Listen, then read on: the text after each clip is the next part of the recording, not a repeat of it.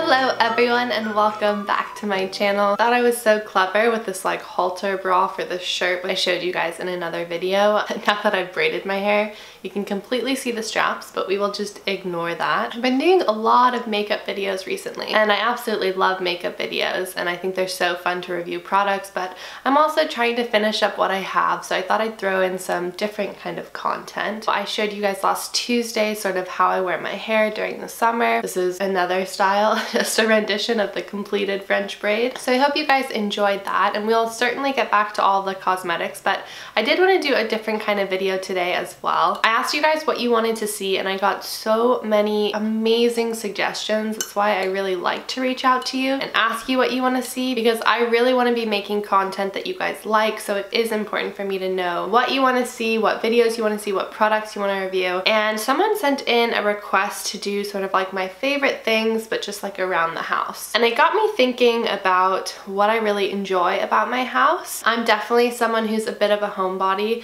and not in the sense that I always love to be home, but I like to have sort of my home be my space and feel like a reflection of me, and all of my things mean something to me and feel very personal, and like I handpicked everything and put it together. I think in part it's because I really love interior design. In fact, I thought that that's what I wanted to do when I originally went to school, and I still really like it as sort of a passion and helping people out and doing my own house, but I ended up studying graphic design instead. But when I moved into this place with Jared, we really wanted to sort of mesh our two styles and come up with pieces that we really liked. And certainly I'll do a home tour maybe when eventually we move to our next place or something like that, so I can show you guys the whole house, because we have a real mix of very affordable IKEA pieces and then less affordable, bigger investment pieces that we felt like were worth it. So I'll definitely share that with you in a future time. But I did want to share 3 pieces of furniture that, this might sound crazy to some people, but that mean a lot to me and really actually bring me genuine happiness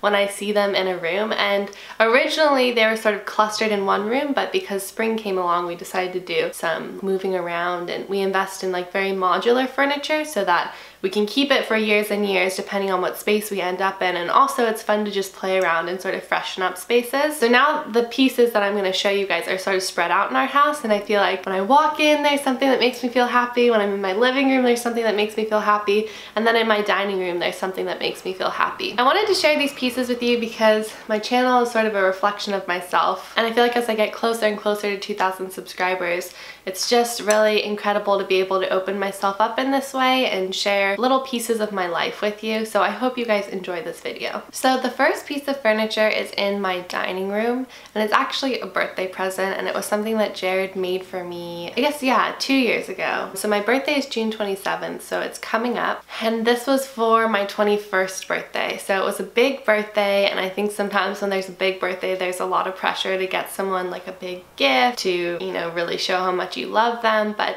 he actually just made me something absolutely incredible, and that is my dining room table. It's moved with me to college, so I have this long, like 7-foot farmhouse table that was in my little apartment at school. Yeah, and now that we have this place together, we use it as our dining room table, and I absolutely love it. I mean, not only was it incredibly loving that he made something for me like this, he's an amazing woodworker. He actually made my sister's dining room table as well, and he just keeps getting progressively better and better each project he takes on, which is really exciting to sort of see. But I have the very first project, so it feels very sentimental to me. It's a beautiful table. He just got the wood from like Home Depot and scrap wood and stuff like that, and he took the time to really like distress the top of the table so that it looks sort of like reclaimed wood, and then painted it a special mixture of paint and stain and all of that so that it looks, like I said, sort of more like reclaimed wood, and it's in that traditional farmhouse style. And he knew that I really love that style. I mean, I'm very guilty of watching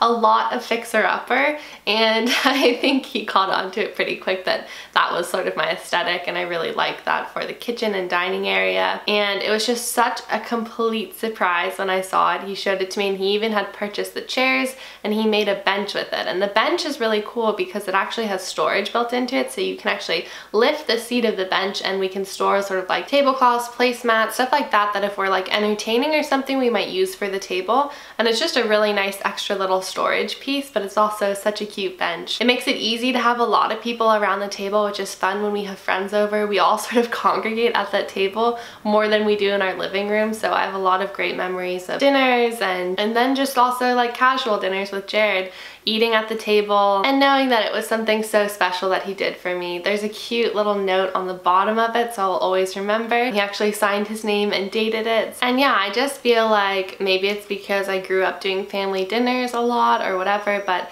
the dining room table is sort of like a sacred place where everyone comes together at the end of their day and shares what's happened. It's just like a pause from all the chaos that sort of happens in your day, and you're able to reflect and share, and on top of that, share delicious food.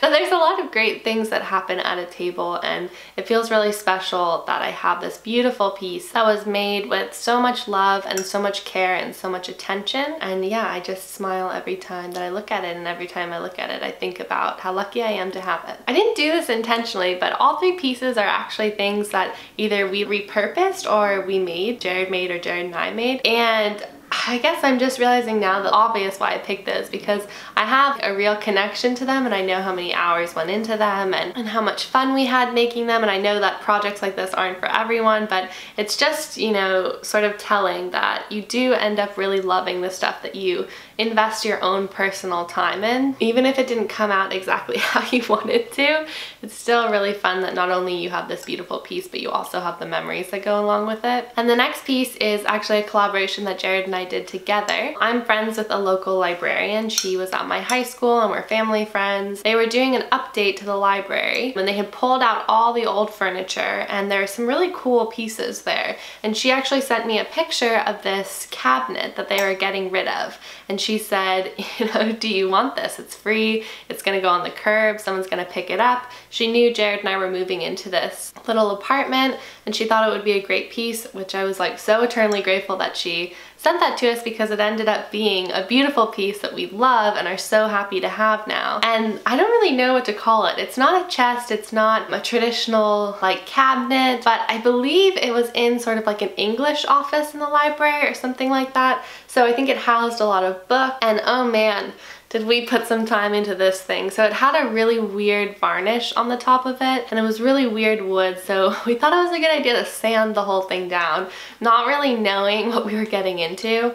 The sanding process was like epic and took so long. Both of us were aching after doing it. I think it took a couple of weekends actually to finish sanding the whole thing down, because we had wanted to paint it and sort of update it. But we did that. We went out and we picked out some paint for it. We chose really light blue color. Both of us love blue, and this was sort of like a blue purpley periwinkle. It really depends what light you look at it in, but we're really happy with the color. So we painted it. We painted the inside just white, which we were happy with, and then we did some little touches. So the original hardware in some places was really beautiful, but then in others we wanted to replace it, and we found these little knobs actually at Anthropology. They're little elephant knobs, and so we took out, for the drawers, we took out the knobs that were originally on there and put on the elephant knobs, and they're so adorable and I love them so much. And even if we get rid of this piece, I think I'm going to take off the knobs and keep them, because I just think they're so cute. And it's really fun if you're in a space and you want to update something but you can't do a big project.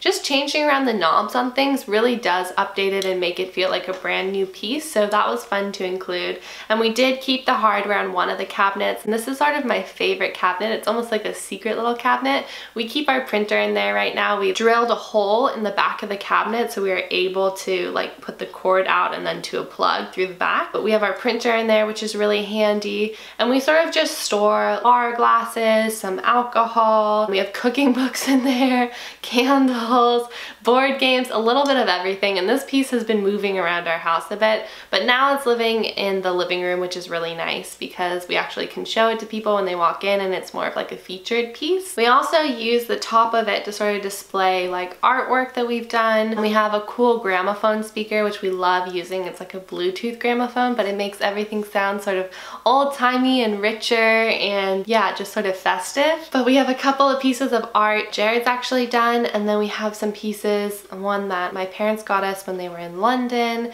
and then another that Jared's grandma actually had painted. So it's sort of like a mishmash of stuff on top, but it's just a really beautiful piece, and every time I look at it I think about how long it took to do it and how much paint we used and how messy it was, and the sanding, which was just absolutely epic, but I really love it and I'm happy that we have it now. So the final piece is actually in our entryway, and it's a very multi-purpose piece of furniture as well. I know the other two sort of were multi-purpose in terms of storage, but this one's multi-purpose in terms of storage and usage. We have this weird little entryway in the house that we're in where it used to be sort of dead space. No one's really used it as anything in the past besides like a mud room, and we wanted to create a space that felt more functional and felt like more of like a entryway. And so we have sort of this big storage system on one side. We have a table where we put just flowers and mail and stuff like that. And then on the other side by the window, we were trying to do like a no shoes household. And for the most part, we don't wear shoes in the house, but sometimes we do because we're not perfect people. And so we wanted a place for people to be able to sit down and take off their shoes. And we wanted a bench, and Jared had made the bench for the table before, so he's like, okay, I got this, I'll make the bench. He just used like scrap wood that we had to put together this really cute little bench with shoe cubbies, and again it has an open top so we can put like all of our workout stuff in there. It's more storage. We have a small place, so we need to really maximize storage in anything that we purchase or make, I guess in this case. And so we have these shoe cubbies in there. We used the same paint that we used for the cabinet that we did because we weren't about to spend more money on paint.